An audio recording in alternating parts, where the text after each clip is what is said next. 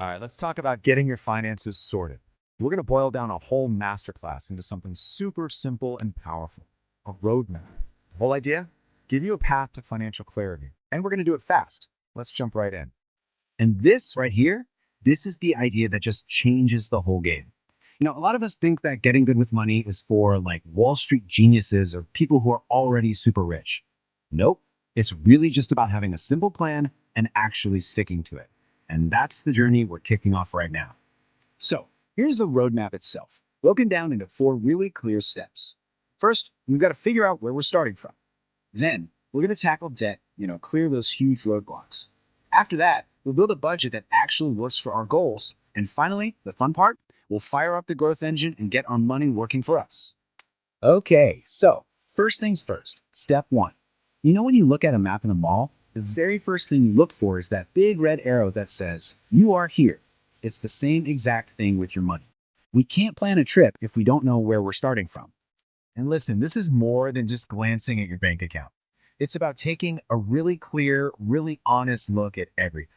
What's coming in? Sure, but also what's going out. And we're going to focus on the one number that truly tells the story of your financial health, and that's your net worth. So what on earth is net worth? It's actually incredibly simple.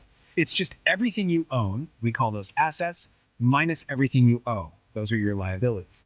That one number you're left with, that's it. That's your net worth. And you can see it laid out perfectly here.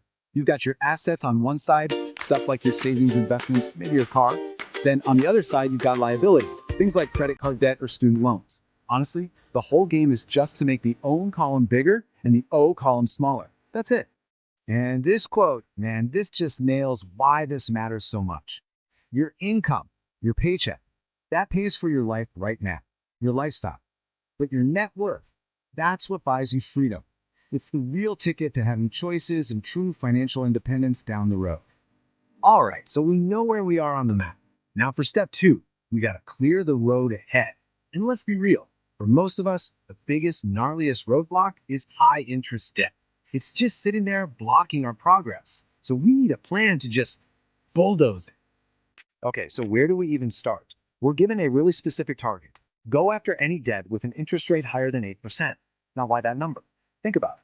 Paying off a credit card with an 8% interest rate is like getting a guaranteed 8% return on your money. You can't find that in the stock market. It's the smartest financial move you can make. So you've basically got 2 popular ways to do this. There's the debt avalanche, which is the logical, mathematical approach. You hit the debt with the highest interest rate first. Then there's the debt snowball. This one's all about emotion and momentum. You knock out the smallest debt first, get that quick win, and then roll that payment onto the next one.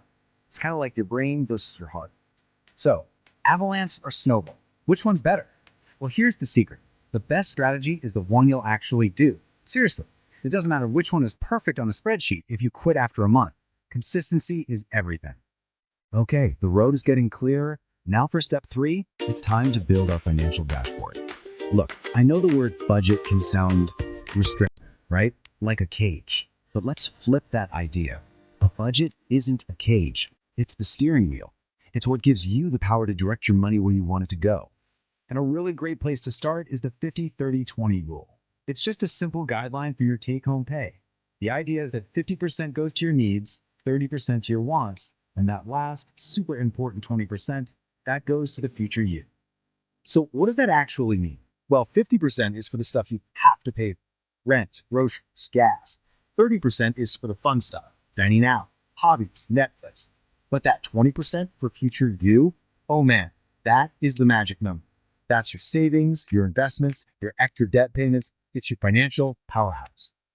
And that leads us right into our final step. Number 4, activating your growth engine.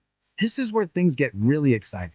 We're going to shift from just managing our money to making our money make more money. We're talking about saving and investing. But this brings up the big question, right? Maybe $1 million question, literally. When should you actually start investing? There's so much noise out there about this, but don't worry, the plan here is super, super clear. And here's the plan. It's just 3 steps. First, save up 1 month's worth of living expenses. Just a small starter emergency fund. Second, go after that high interest debt we talked about, anything over 8%. Then, and this is the cool part, for step 3, you do 2 things at once. and keep building up your full emergency fund while you start investing. You don't have to wait. And this is such a game changer.